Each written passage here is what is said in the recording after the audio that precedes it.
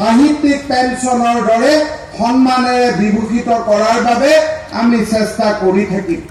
অসম চৰকাৰে আমি যি আনন্দৰাম বৰুৱা ভাষাৰ কলা কৃষ্টি আমাৰ যি গৱেষণা কেন্দ্ৰ আমি স্থাপন কৰিছিলোঁ, তাৰ পৰা কাৰ্বি লামটাচাম নামৰ প্ৰায় 1100 পৃষ্ঠাৰ কাৰ্বি ইংৰাজী অসমীয়া অভিধান প্ৰণয়ন আৰু প্ৰকাশ কৰাৰ লগতে হাংমিজি হানছেৰ দ্বাৰা কাৰ্বি ভাষালৈ অনুদিত ৰবীন্দ্ৰনাথ ঠাকুৰৰ গীতাঞ্জলি, লংকাম তেৰণ আৰু দিলীপ কলিতাৰ দ্বাৰা ইংৰাজী আৰু অসমীয়া ভাষালৈ অনুদিত কাৰ্বি ফক চং আৰু লংচিং তেৰণৰ প্ৰণীত কাৰ্বি ভাষাৰ প্ৰবন্ধ সংকলন লে লামথে প্ৰকাশ কৰি ওলোৱা হৈছে। সুদূৰ ইতিহাসৰ গৰ্ভৰ পৰাই অংকুৰিত ভাষা আৰু সংস্কৃতি, ভাৰতৰ লেংগুৱেজ, গতিকে ইয়াৰ স্ক্ৰিপ্টটো ইণ্ডিয়ান হ'ব লাগিব। অৰ্থাৎ কাৰ্বি ভাষাৰ স্ক্ৰিপ্ট ইংৰাজী হ'ব নোৱাৰিব, ইয়াৰ স্ক্ৰিপ্ট দেৱনাগৰী হ'ব লাগিব, সংস্কৃত হ'ব লাগিব, হিন্দী হ'ব লাগিব, বঙালী হ'ব লাগিব, অসমীয়া হ'ব লাগিব, যি হ'ব লাগিব, কিন্তু ভাৰতৰ স্ক্ৰিপ্ট হ'ব লাগিব। এইটো হৈছে 8th শিডিউলৰ মেণ্ডেট। এই বিষয়ে আমাৰ আপোনালোকে যদি সংবিধানৰ 8ম অনুসূচী চাই, কোনো ভাষাৰে স্ক্ৰিপ্ট ফৰেন লেংগুৱেজৰ ওপৰত হোৱা নাই। আমাৰ যি স্ক্ৰিপ্ট হ'ব, থলুৱা স্ক্ৰিপ্ট আমি ল'ব লাগিব। আইদাৰ কাৰ্বিসকলে নিজৰ স্ক্ৰিপ্ট প্ৰস্তুত কৰিব লাগিব বা আমি 8ম অনুসূচীত থকা ভাৰতীয় স্ক্ৰিপ্ট আমি গ্ৰহণ কৰিব লাগিব।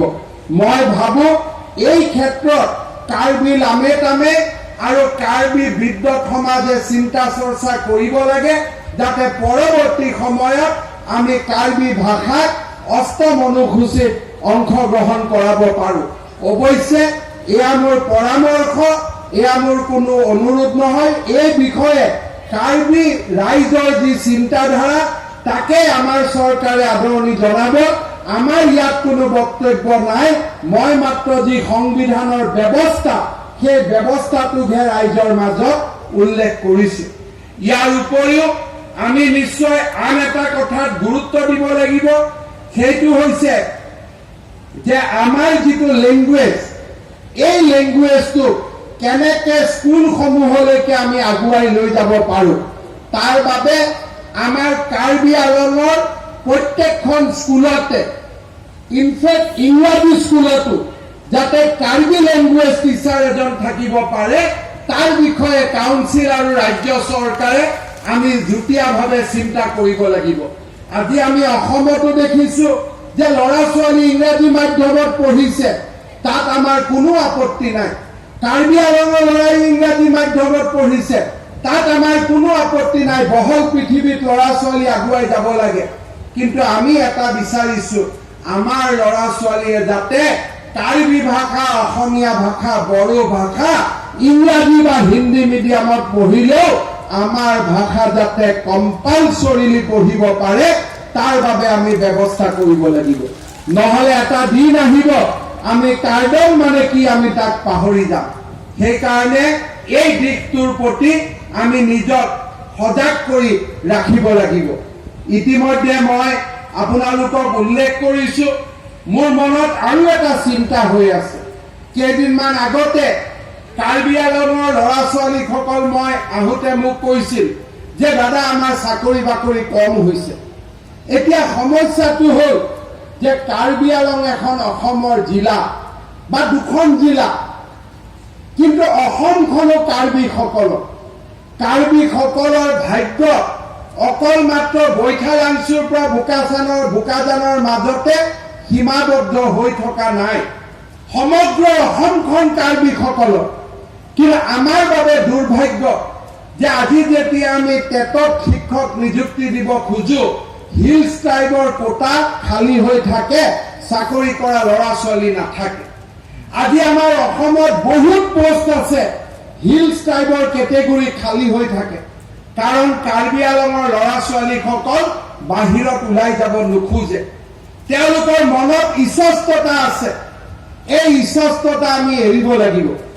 আমি অসমীয়া ভাষাও শিকিব লাগিব, ইংৰাজী ভাষাও শিকিব লাগিব, হিন্দী ভাষাও শিকিব লাগিব কাৰণ কাৰ্বি আলঙৰ লৰাই উত্তৰ প্ৰদেশতো চাকৰি কৰিব পাৰে গুৱাহাটীতো চাকৰি কৰিব পাৰে মাদ্ৰাছতো চাকৰি কৰিব পাৰে কাৰণ ভাৰতখনো কাৰ্বি আলঙৰ অসমখনো কাৰ্বি আলঙৰ এই কথা আমি সকলোৱে মনত ৰাখিব লাগে আজিৰ দিনটোত মোৰ ৩০০০ অসমৰ স্কুলত কাৰ্বি হওক ডিমাচা হওক হিলছ ট্ৰাইবৰ পোষ্ট খালী হৈ আছে কিন্তু যেতিয়া আমি চাকৰি কৰিব যাওঁ ধুবুৰী বৰপেটা দৰঙত আমাৰ পোষ্টিং দিলে কাৰ্বি আলঙৰ ল'ৰা ছোৱালীয়ে কষ্ট পায় অসমীয়া ভাষাত কথা ক'ব নোৱাৰে সেইকাৰণে চাকৰি আমাক কাৰ্বি আলঙৰ ভিতৰতে লাগে কাৰ্বি আলঙত কিমান চাকৰি ওলাব কাৰণ কাৰ্বি আলং হৈছে প্ৰকৃতিৰ এটা ডাঙৰ বৰদান ইয়াতে উদ্যোগ আনিব নোৱাৰি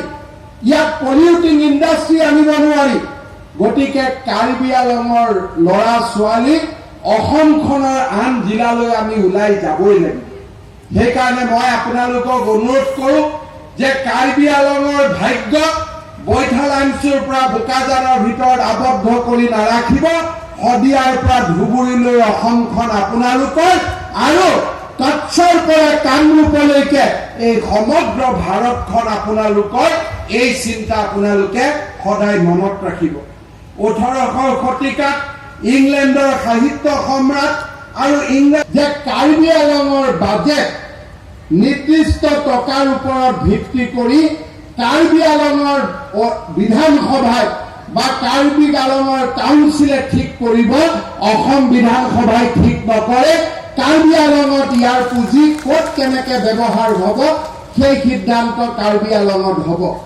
তাৰ পৰিপ্ৰেক্ষিতত কাৰ্বি আলঙৰ স্বায়ত্তশাসিত পৰিষদৰ হাতত এতিয়া পুঁজিৰ পৰিমাণ বৃদ্ধি পাব আৰু কাৰ্বি আলঙৰ বাবে কাম কৰিবলৈ তেওঁলোকে সুবিধা পাব কাৰ্বি লামেটামে মোক অনুৰোধ কৰিছে যে 8 শিডিউলত লেংগুৱেজ আনিব লাগে তাৰ বিষয়ে মই মোৰ উল্লেখযোগ্য কথাখিনি মই উল্লেখ কৰিছোঁ ডিফুত এখন ইঞ্জিনিয়াৰিং কলেজ কাৰ্বি আলঙত এখন বিশ্ববিদ্যালয় কাৰ্বি আলঙৰ স্কুলত লেংগুৱেজ টিচাৰ ৰেগুলাৰাইজেশ্যন কাৰ্বি লামেটামেৰ বাবে এটা স্পেচিয়েল ফাইনেন্সিয়েল পেকেজ আৰু আমাৰ ইয়াতে প্লেইনছত থকা কাৰ্বি লোকসকলৰ বাবে এখন কাৰ্বি ৱেলফেয়াৰ কাউন্সিল লগত আৰ্টিকল 244A কে ধৰি সকলো কথা এই মেমৰেণ্ডামত উল্লেখ কৰিছে আমি এই সকলো কথাই অত্যন্ত গুৰুত্ব